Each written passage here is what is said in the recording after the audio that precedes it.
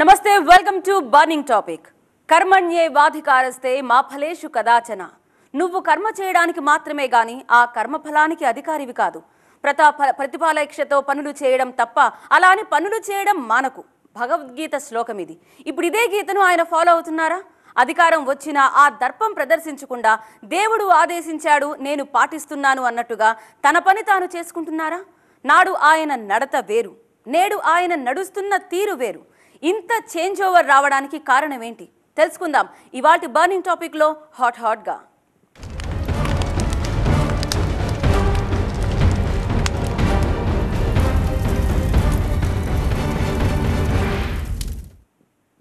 ఆ మధ్య super star Rajinikanth ఒక మాట చెప్పారు. విమర్శించని నోరు లేదు, మొరగని గ్రామ సింహం లేదు, ఈ రెండూ లేని ఊరే లేదు. మన పని మనం చేసుకుంటూ పోవడమే. AP deputy CM Pawan Kalyan ఇదే ఫామ్లో ఫాలో అయ్యారు. బంపర్ హిట్ కొట్టారు. రాజకీయాల్లో ఏం రాణిస్తాళ్లే అన్నవారు సైతం ఏం రాణించాడురా అనుకునేలా ఎదిగారు. తన మాటలోనూ ఆహారంలోనూ ఆహార్యంలోనూ వేసే ప్రతి అడుగులోనూ అధికార దర్పం లేదు. కేవలం అణిగిమణిగి పని చేసుకుపోవడం తప్ప. ఇంట్లో దైవ చింతన, బయట ప్రజల చింతన, ఆఫీసులో శాఖల సమీక్షలు, ఇలా తన వర్క్ ఆఫ్ స్టైలే మారిపోయింది. ఆవేశం కనిపించటం లేదు. ఆలోచనతో వేస్తున్న అడుగులు తప్ప. భవిష్యత్ ప్రణాళికలను చాలా వ్యూహాత్మకంగా రచిస్తున్నారా? AP deputy CM Pawan Kalyan మనకు కొత్తగా కనిపిస్తున్నారు కదూ. ఇక్కడ నెగ్గారు, ప్రజల దగ్గర తగ్గారు, పాలనలోనూ తన మార్కు చూపిస్తున్నారు. బాగా గమనించండి. నాటి అజ్ఞాతవాసి నేడు పూర్తిగా ఆధ్యాత్మికవాసిగా మారిపోయారు. ఒక ఆవేశం, ఒక ఆలోచన. తెలుగుదేశం కలిసి వెళ్తాయి వచ్చే ఎన్నికల్లో. ఇది మా ఇద్దరి భవిష్యత్తుకు సంబంధించింది కాదు, మా ఇద్దరి భవిష్యత్తుకు సంబంధించి ఆంధ్రప్రదేశ్ భవిష్యత్తుకు సంబంధించింది. ఒక సంఘర్షణ. అందుకని అందరం కలిసి ఓట్లు చెల్లకుండా ఉండాలని చెప్పిన ప్రతిపాదనకి ఎంత నలిగిపోయానో నా ఒకడికి తెలుసు. ఈ బలానికి కారణం నేను పడ్డ మామూలు నలుగుడు కాదు. దీనికి ఇలా అన్నీ కలిపితే ఆల్ ఇన్ వన్ పవన్ అంటూ ఇప్పుడు ఏపీ డిప్యూటీ సీఎంను చూస్తోంది ఆయన అభిమాన ప్రపంచం. పవన్ కళ్యాణ్ రాజకీయాల్లో ఎలాగోలా రాలేదు. ఏదో సాధించాలన్న తపనతోనే వచ్చారన్నది ఆయన మాటల్లో చాలాసార్లు స్పష్టమైంది. ఇప్పుడు నిరూపితమవుతోందన్నది విశ్లేషకుల మాట. మామూలుగా పవర్లోకొచ్చాక ఏదో తెలియకుండానే పెత్తనం తాలూకా లక్షణాలు నాయకుల్లోకొచ్చేస్తుంటాయంటారు. కానీ పవన్ అధికారంలోకి రాకముందు ప్రదర్శించిన ఆవేశం ఇప్పుడు ఏ కోసానా కనిపించటం లేదు. ఏపీ డిప్యూటీ సీఎంగా, మంత్రిగా బాధ్యతలు చేపట్టిన ఈ 10 రోజుల కాలంలో ఇటు తనకు సంబంధించిన శాఖల అధికారులతో సమీక్షలు నిర్వహిస్తూ డే 1 నుంచి తన పని తాను చేసుకుంటూ పోతున్నారు. మరోవైపు వారాహిమాత దీక్ష చేపట్టి పూర్తిగా ఆధ్యాత్మిక చింతనలో గడుపుతున్నారు. జూన్ 26 నుంచి 11 రోజుల పాటు పవన్ వారాహిమాత దీక్షలో ఉన్నారు. ఈ దీక్షలో భాగంగా 11 రోజుల పాటు పవన్ కళ్యాణ్ కేవలం పాలు, పళ్ళు, ఇతర ద్రవరూప ఆహారం మాత్రమే తీసుకుంటున్నారు. గతేడాది జూన్ నెలలో పవన్ వారాహి విజయయాత్ర చేపట్టారు. ఆ యాత్ర సందర్భంగా వారాహి అమ్మకు పూజలు నిర్వహించారు. అప్పట్లోనూ వారాహిమాత వార్తల్లో నిలిచారు. కాకపోతే ఈసారి డిప్యూటీ సీఎం హోదాలో పవన్ దీక్ష చేపడుతుండడం విశేషం. పవన్ కళ్యాణ్కు దైవభక్తి ఎక్కువే అంటారు. ఆయన అందరికీ భిన్నంగా వారాహి అమ్మవారిని పూజిస్తారు. ఎన్నికల ముందు కూడా రాష్ట్ర వ్యాప్తంగా యాత్రకు సిద్ధం చేసుకున్న వాహనానికి కూడా వారాహి అని పేరు పెట్టారు. ఏపీ ఎన్నికల్లో ఘన విజయం సాధించటంతో ఈ ఏడాది కూడా వారాహిమాత దీక్షను కంటిన్యూ చేస్తున్నారు. ఇక కొండగట్టు ఆంజనేయ స్వామి అంటే పవన్ కు ప్రత్యేకమైన భక్తి. పవన్ కళ్యాణ్ ఒక్కరే కాదు, మెగా ఫ్యామిలీ మొత్తం ఆంజనేయ స్వామిని ఇష్టదైవంగా కొలుస్తారు. ప్రజారాజ్యం 2009 ఎన్నికల ప్రచారంలో పవన్ కళ్యాణ్ కు కొండగట్టు సమీపంలో పెద్ద ప్రమాదం తప్పింది. హై టెన్షన్ వైర్లు పట్టం అప్పట్లో తీవ్ర కలకలం రేపింది. అప్పట్నుంచి కొండగట్టు అంజన్నను పవన్ కళ్యాణ్ ఇష్టదైవంగా ఆరాధిస్తున్నారు. ఏ మంచి పని చేపట్టినా ముందుగా కొండగట్టు వెళ్తూ ఉంటారు. గత ఎన్నికల్లో ప్రచార రథం వారాహి వాహనానికి తొలి పూజ కొండగట్టు అంజన్న ఆలయంలోనే నిర్వహించారు. ఎన్నికల్లో విజయం సాధించిన తర్వాత శనివారం ఆయన కొండగట్టులో ప్రత్యేక పూజలు నిర్వహించి మొక్కులు చెల్లించుకున్నారు. అలాగే తన శాఖలపైన పట్టు పెంచుకుంటున్నారు. మరోవైపు ప్రజల సమస్యలను సావధానంగా వింటూ వాటి పరిష్కారానికి ప్రయత్నాలు చేస్తున్నారు. శుక్రవారం మంగళగిరి జనసేన పార్టీ ఆఫీస్కు పెద్ద సంఖ్యలో ప్రజలు పోటెత్తారు. దీంతో పవనే స్వయంగా వచ్చి వారి సమస్యల్ని విని వాటి పరిష్కారానికి హామీ ఇచ్చారు. ఏపీ డిప్యూటీ సీఎంను చూస్తే అందరూ ఇప్పుడో పాటను గుర్తు చేసుకుంటున్నారు. మౌనంగానే ఎదగమని మొక్క నీకు చెబుతోంది. కరెక్టే కదా? అపజయాలు కలిగిన చోటే గెలుపు పిలుపు వినిపిస్తుంది. ఇప్పుడు పవన్ కళ్యాణ్కు గెలుపు వెతుక్కుంటూ వచ్చి తలుపు తట్టింది. ఈ విజయం అంత ఆషామాషిగా వచ్చిందేం కాదు. సినిమాల్లో సిల్వర్ స్పూన్ పిల్లాడే కాని రాజకీయాల్లో ఓనమాలు కూడా రాని యువకుడు. ఆవేశం తప్ప ఆలోచన లేదన్న విమర్శలు. అంతేనా?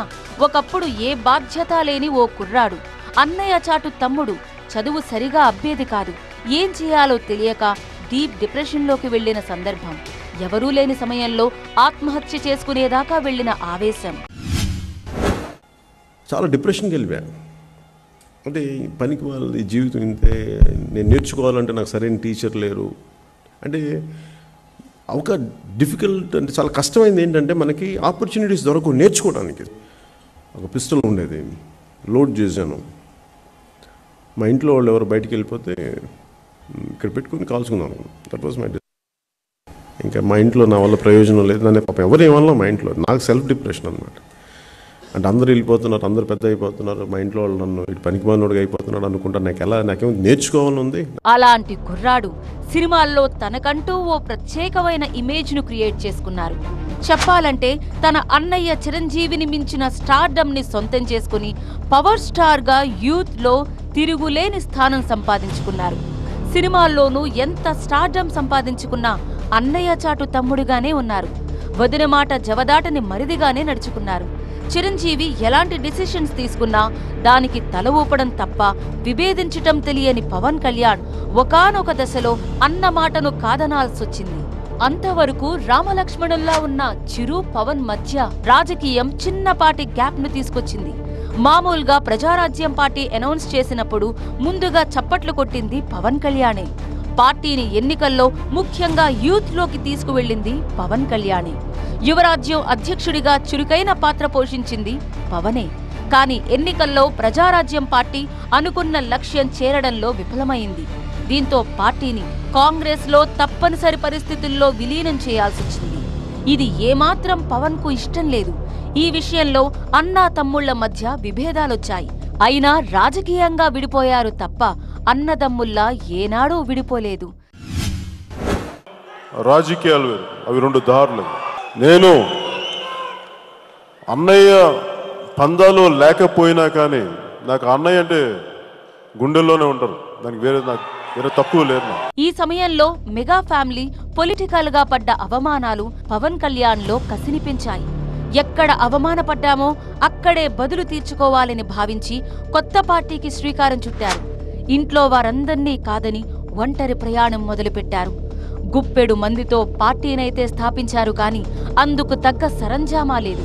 అయినా నెట్టుకొచ్చారు. 10 ఏళ్ల పాటు పార్టీని, క్యాడర్ను తన భుజాలపై మోసుకుంటూ అటు ప్రజా సమస్యలపై పోరాడుతూ జనాదరణ కోసం నిరంతరం శ్రమించారు. సినిమాలు చేసుకుంటూనే ప్రజా జీవితంలో గడిపారు. 2 పడవలపై ప్రయాణం కష్టమన్నా వినిపించుకోలేదు. అన్నకు జరిగిన అవమానమే నీకు అంటూ ప్రత్యర్థులు విమర్శించినా వెనకడుగు వేయలేదు. ఇదంతా ఒకెత్తైతే 2019 ఎన్నికల పరాభవం పార్టీని మరింత కుంగదీసింది. 2 చోట్లా ఓడిపోవడం పవన్ని మరింత అవమానాలు పడేలా చేసింది. అయినా వెనక్కి తగ్గలేదు. ఎక్కడ నెగ్గాలో కాదు, ఎక్కడ తగ్గాలో తెలిసినోడు పవన్ కళ్యాణ్ అన్నట్టుగా తన పని తాను చేసుకుంటూ ప్రత్యర్థుల విమర్శల్ని తట్టుకుంటూ నెట్టుకొచ్చారు. 2 చోట్ల ఓడిపోయినాడు. డైమండ్ రాణి ఆ రోజా కూడా మాట్లాడద్దు. నువ్వు కూడానా?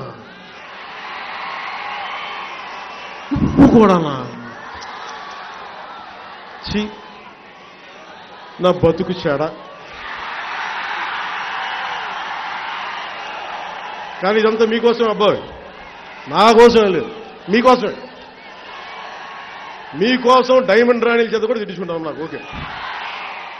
జనసేన అధ్యక్షుడిగా 2024లో చాలా ఫోకస్డ్గా ఎన్నికల ప్రచారాన్ని నడిపారు. వారాహి వాహనంపై వారాహి విజయయాత్ర చేపట్టారు. ఉమ్మడి గోదావరి జిల్లాలోని 34 అసెంబ్లీ నియోజకవర్గాల్లో ముమ్మరంగా ప్రచారం చేశారు. 2024లో రాజకీయంగా ఆయన తీసుకున్న సరైన డెసిషన్ ప్రభుత్వ వ్యతిరేక ఓటు చీలనివ్వకూడదు. ఇది జరగాలంటే విపక్ష కూటమి ఏకమవ్వాలి. అది జరగాలంటే బద్ధశత్రువులుగా ఉంటూ వచ్చిన టీడీపీ, బీజేపీని ఏకం చేయాలి. ఇది సాధ్యం కాదని భావించినా సాధ్యమయ్యేలా చేయడంలో పవనే చొరవ తీసుకున్నారు. టీడీపీ, బీజేపీతో కూటమి ఏర్పాటు చేసి 2019 ఎన్నికల్లో అద్భుత విజయం సొంతం చేసుకున్నారు. అయినా విజయాన్ని తలకెక్కించుకోలేదు. ఎక్కడైతే తన అన్న అవమానపడ్డాడో అక్కడ బదులు తీర్చుకొని సగర్వంగా తన అన్న ఇంటికి వెళ్లి పాదాలకు నమస్కరించి మరీ ఆశీస్సులు తీసుకున్నారు. రాజకీయంగా తమ్ముడి మార్గాన్ని మొదట్లో కాస్త వ్యతిరేకించిన పవన్లోని కసిని, పోరాట పటిమను గమనించి తర్వాత చిరంజీవి కూడా సపోర్ట్గా నిలిచారు. 2024లో ఎన్నికలకు జనసేన పార్టీకి 5 కోట్ల రూపాయల విరాళం కూడా ఇచ్చారు చిరంజీవి.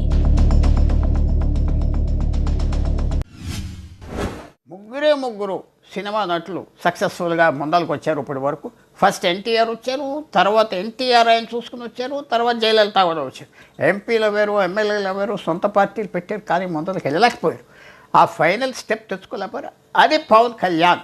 ఆయన కూడా ఒక సినిమా యాక్టర్గా, ఒక డిప్యూటీ చీఫ్ మినిస్టర్గా వచ్చారు. తర్వాత ఒక చంద్రబాబు నాయుడుకి సపోర్ట్గా అని అందరూ ఒప్పుకున్నారు. కాబట్టి ఆయనకు ఇప్పుడు కనపడేది ఆంధ్రప్రదేశ్ నుంచి ఎన్టీఆర్ సక్సెస్ఫుల్గా యాక్టింగ్ నుంచి పాలిటీషియన్ అవ్వాడు, సర్వైవ్ అవ్వాడు, పెద్ద పేరు తెచ్చుకున్నాడు, దేశవ్యాప్తంగా రోల్ ప్లే చేశాడు. ఆయన ఇమిటేట్ చేయడంలో తప్పులేదు. ఇలా ఆయన మాటల్లోనూ, ఆహార్యంలోనూ, వేసే ప్రతి అడుగులోనూ పవన్ కళ్యాణ్ని కొత్తగా చూస్తున్నారు జనం. ఎంత ఎదిగినా ఒదిగే ఉంటానన్న మాటను చేతల్లో చూపిస్తున్నారు పవన్ కళ్యాణ్. రియల్ లైఫ్ లో పవర్ స్టార్ గా పవన్ ఏంటో ప్రపంచానికి తెలుసు. రియల్ లైఫ్ లో పొలిటికల్ స్టార్ గా పవన్ కళ్యాణ్ ఏంటో ప్రపంచానికి ఇప్పుడిప్పుడే తెలుస్తోంది. ఒంటిపై పవిత్ర వస్త్రం, ఎంత ఎదిగినా ఒదిగే ఉండాలన్న తత్వం చూస్తుంటే నాటి అన్నగారిని ఫాలో అవుతున్నారా అన్న డిస్కషన్ జరుగుతోంది. ఇంతకు ఆ అన్నకు ఈ తమ్ముడికి మధ్య సారూప్యత ఉందా? ఇద్దరి రాజకీయ శైలి, సినిమా స్టైలు, ప్రచార సరళి ఒకే తీరుగా ఉన్నాయా? ఎవరు అవునన్నా కాదన్నా ఏపీ డిప్యూటీ సీఎం కొత్తగా కనిపిస్తున్నారు, వినిపిస్తున్నారు. పాలనలో పరిపక్వత కనబరుస్తున్నారు. ఇప్పుడు ఒంటిపై పవిత్ర వస్త్రంతో పవన్ కనిపించటం, వారాహి యాత్రపై పవన్ ప్రచారం చేయడం, రాజకీయాల్లో అసాధారణంగా రాణించటం, ఇవన్నీ చూశాక పవన్లో ఎన్టీఆర్ని చూస్తున్న ఫీలింగ్ కలుగుతోందట అభిమాన ప్రపంచానికి. వామనవతారాన్ని చూపిస్తుంది జనసేన. జగన్ గుర్తుపెట్టుకో, అర్ధపాతాళానికి తొక్కకపోతే నా పేరు పవన్ కళ్యాణే కాదు, మా పార్టీ జనసేనే కాదు, మర్చిపోకో. ఎన్టీఆర్, పవన్ కళ్యాణ్ పోలిక పెట్టలేని పర్సనాలిటీస్. 1980s ఎన్టీఆర్ కు 2024 పవన్ కు సారూప్యత ఏంటి? ఆయన ఆయనే, ఈయనే. ఎవరి సినీ స్టైల్ వారిదే, ఎవరి పొలిటికల్ స్టైల్ వారిదే అన్నవారు ఉన్నారు. ఇది ఏ రకంగా ఎన్టీఆర్ గుడ్ పాయింట్స్ తీసుకుంటారు, ఎన్టీఆర్ చేసేది కొన్ని అవాయిడ్ చేస్తారు. సినిమా స్టార్స్కి కొంచెం ప్రత్యేకత, పాజిటివ్స్ ఉన్నాయి, నెగిటివ్స్ ఉన్నాయి. నెగిటివ్స్ సరిపడుతుందా ఈరోజు పాలిటిక్స్లో? అది పవన్ కళ్యాణ్ గారే చెప్పాలి. కానీ ఎన్టీఆర్ ఒక సక్సెస్ఫుల్ యాక్టర్, పాలిటీషియన్ అయిన వ్యక్తి భారతదేశంలో అందరూ ఒప్పుకుంటున్నారు. కాబట్టి ఆయన ఫాలో అవ్వటం, ఆయనలో ఉన్న మంచి పాయింట్స్ తీసుకోవటం తప్పు లేదు. ఒక మంచి గైడెన్స్ కూడా ఉంటుందని మనం భావించవచ్చు. కానీ ఇద్దరిలో కొన్ని కామన్ థింగ్స్ కూడా ఉన్నాయన్న చర్చ జరుగుతోంది. ఎన్టీఆర్ ఏదైనా డిసిషన్ తీసుకున్నారంటే టాపిక్ ఓవర్, ఇక దానిపై ఫర్దర్ డిస్కషన్ కు నో ఛాన్స్. ఇటు పవన్ కూడా రాజకీయంగా ఏదైనా డిసిషన్ తీసుకున్నారంటే వెనక్కి తగ్గరు. వచ్చే 6 నెలల తర్వాత వచ్చే ఎన్నికలు ముందు వస్తాయా, రేపు వచ్చినా సరే జనసేన, తెలుగుదేశం కలిపి పోటీ చేయబోతున్నాయి. ఎన్నికల్లో ఖచ్చితంగా పోటీ చేయబోతున్నాయి. ఇది కష్టంగా ఉండొచ్చు. అలాగే ఖచ్చితంగా భారతీయ జనతా పార్టీ దీనికి కలిసి వస్తుందని నేను సంపూర్ణంగా విశ్వసిస్తున్నాను, నమ్ముతున్నాను. అదే జరుగుతుంది. జనసేన, తెలుగుదేశం కలిసి వెళ్తాయి వచ్చే ఎన్నికల్లో. ఇది మా ఇద్దరి భవిష్యత్తుకు సంబంధించింది కాదు, మా ఇద్దరి భవిష్యత్తుకు సంబంధించి ఆంధ్రప్రదేశ్ భవిష్యత్తుకు సంబంధించింది. అందుకు బెస్ట్ ఎగ్జాంపుల్ ఒకటి, తండ్రిలా చూసుకున్న అన్నయ్య చిరంజీవిని ఎదిరించి పార్టీని పెట్టడం. రెండోది, పార్టీ శ్రేణులు, అభిమానులు, రాజకీయ ఉద్దండులు టీడీపీతో పొత్తు పెట్టుకోవద్దంటూ సూచనలు చేసినా తన నిర్ణయానికే కట్టుబడి ఉండటం. ఇక ఇద్దరి ప్రచార శైలి భిన్నమైనా ప్రచారం మాత్రం రథాలపైనే నిర్వహించారు. ఎన్టీఆర్ చైతన్య రథం పేరుతో వ్యాన్లో ప్రచారం చేస్తే పవన్ కళ్యాణ్ వారాహి రథంపై విజయయాత్ర నిర్వహించారు. నేను ఎవరికి ఎదురెళ్తున్నాను? దుర్మార్గమైన రాజకీయాలక, నీచపు రాజకీయాలక, లేకపోతే నేను ప్రాణం గుండెలో పెట్టుకుని చూసుకునే అన్నయ్యక?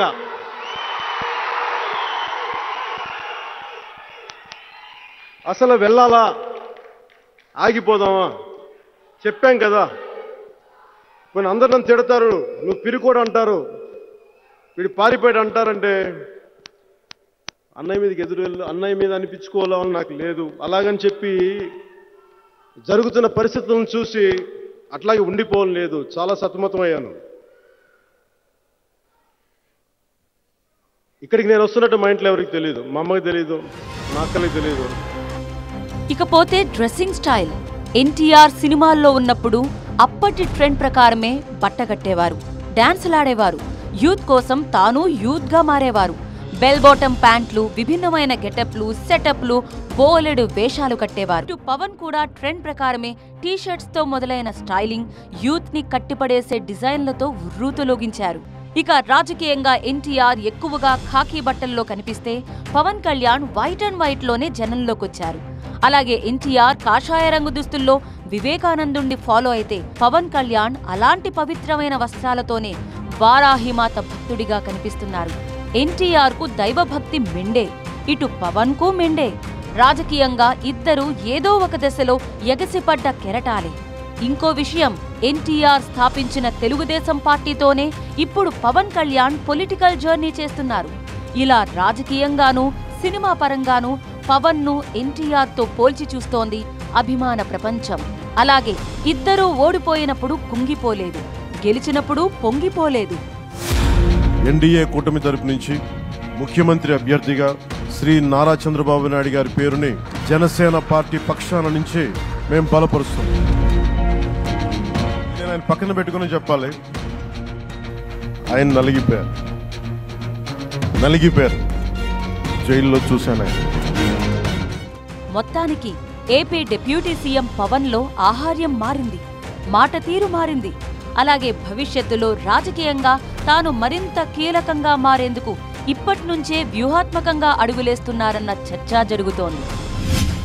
భవిష్యత్తులో పవన్ కళ్యాణ్ ఇప్పుడు అనుకున్నది చేయటం, కొన్ని స్లోగన్లు లేకపోతే కొన్ని ప్రోగ్రామ్స్ లేకపోతే ఎన్టీఆర్ చేస్తే అది సక్సెస్ ఫార్ములా అంటే చెప్పలేం. భవిష్యత్తు అనేది టోటలీ అన్ప్రిడిక్టబుల్, అంటే ఎవరు చెప్పలేం. ఏ విషయాలు వస్తాయి, కొత్త విరోధీలు వస్తారా, పాత వాళ్ళ స్నేహితులు విరోధీలు అయిపోతారా, సిస్టమ్ మారిపోతుందా, దేశవ్యాప్తంగా మార్పులు వస్తాయా, ఏ ఇంపాక్ట్ ఉంటుంది ఆంధ్రప్రదేశ్ మీద, ఇవన్నీ మనం ప్రిడిక్ట్ చేయలేం. ఎంతవరకు చెప్పగలమంటే పాలిటిక్స్లో సక్సెస్ఫుల్గా ఉండాలంటే సినిమాలో ఒక స్క్రిప్ట్ ఫాలో అవుతే చాలా వరకు ఆ సినిమా అయిపోతుంది, సక్సెస్ అవ్వచ్చు, ఫెయిల్ అవ్వచ్చు. కానీ పాలిటిక్స్లో స్క్రిప్ట్ అనేది లేదు. పాలిటిక్స్లో స్క్రిప్ట్ అనేది ఉంటే ఊరికనే ఒక గైడెన్స్. ఎందుకంటే పాలిటిక్స్లో ముఖ్యంగా మనం చేసేది కంటే మన విరోధులు కూడా ఏం చేస్తున్నారో అది మన మీద ఇంపాక్ట్ వస్తుంది, ప్రజల మీద ఇంపాక్ట్ వస్తుంది. కాబట్టి చాలా ఫ్లెక్సిబిలిటీ కావాలి. So AP deputy CM Pawan కళ్యాణ్లోని ఈ చేంజ్ ఓవర్కు మాత్రం ఆయన అభిమానగణం ముచ్చటపడుతున్నా ఇక పూర్తిగా వెండితెరకు దూరం అవుతారేమో అన్న ఆందోళన కనిపిస్తోంది. ప్రస్తుతం ఆయన కమిట్ అయి సెట్స్లో ఉన్న చిత్రాలు 3 ఉన్నాయి. ఇందులో ముందుగా ఫినిష్ చేయాల్సిన మూవీ హరిహర వీరమల్లు. పైగా ఇది 2 పార్టులుగా వస్తుందని నిర్మాతలు ప్రకటించారు. మరోవైపు ఉస్తాద్ భగత్ సింగ్, ఓజీ కూడా షూటింగ్ దశలో ఉన్నాయి. మరి వీటన్నిటినీ పవన్ కళ్యాణ్ ఎప్పుడు పూర్తి చేస్తారన్నదే $1 మిలియన్ ప్రశ్న.